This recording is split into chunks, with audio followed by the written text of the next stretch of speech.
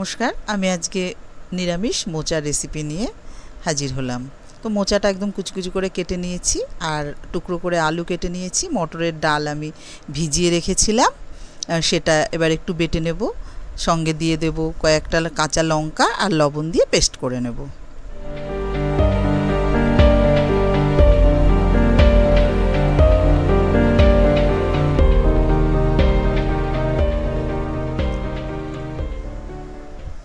तारपरे एक कड़ाई बसिए देव, ताते सर्षेर तेल दिए देव परिमाण मतो। जे टुकरो करे काटा आलूटा केटे रेखेছিলাম मोचार मध्य देव बोले सेगुलो लवण हलुद माखिए एबार आमी भेजे नेब।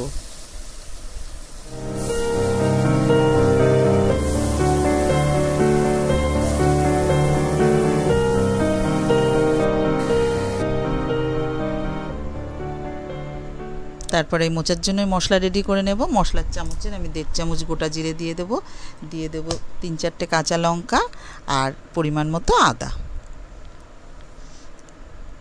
এটারও একটা পেস্ট বানিয়ে নেব। আর মোচাটা আমি আগে থেকে সিদ্ধ করে নিয়েছিলাম, আর সিদ্ধ করার সময় একটু লবণ আর হলুদ দিয়ে সিদ্ধ করে নিয়েছিলাম, তাতে কালারটাও ভালো হয় আর সিদ্ধটাও সুন্দর হয়। তারপরে এবার আমি জল ঝরিয়ে একদম হাতে মেখে চটকে এর ভিতরের জলটা বের করে নেব। তাতে কি হয় অনেকটা কষটাও বেরিয়ে যায়, মোচাটা খেতে খুব টেস্ট হয়।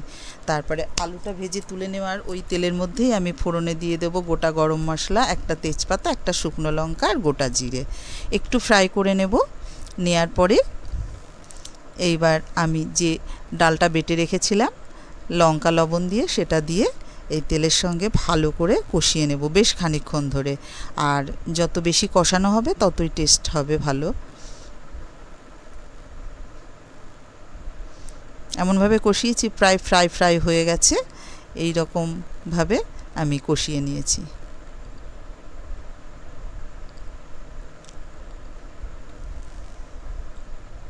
তারপরে এবার আমি যে লঙ্কা আদা আর জিরের পেস্ট করেছিলাম সেটাও দিয়ে এর সঙ্গে কষাতে থাকব।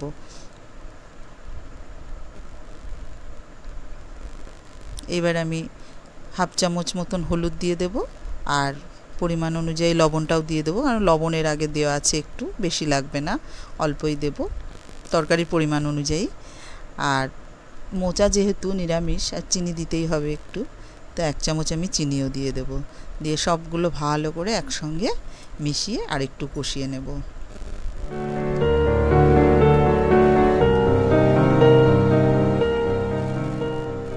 এবার এর মধ্যে দিয়ে দেব মোচা।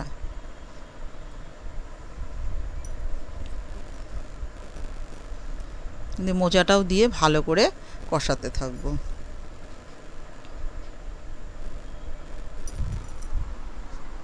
আমি কিন্তু জল ব্যবহার করবই না, ওই ডালের সঙ্গে মোচাটা মিশে যাবে।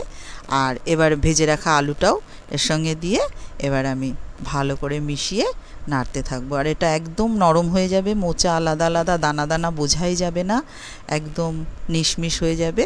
আর কিন্তু এই রকম রান্না করলে দারুণ লাগে খেতে। আমি নারকেল ছোলা কিছুই ব্যবহার করিনি, শুধু ডাল বাটা দিয়ে এইভাবে রান্না করে নিলাম। খুব চটজলদি রান্নাও হয়ে যায়, খেতেও অসাধারণ লাগে। তারপরে এই মোচার পরিমাণ অনুযায়ী একটুখানি আমি গুঁড়ো গরম মশলা ছড়িয়ে দেব, দিয়ে ভালো করে মিশিয়ে নেব। আর তার উপরে একটুখানি ঘি ছড়িয়ে দেব, তাতে করে কি তরকারির টেস্ট অনেক বাড়িয়ে দেবে আর খেতেও অসাধারণ লাগবে।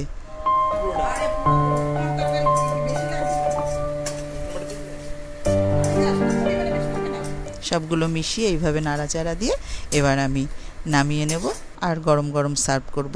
ধন্যবাদ।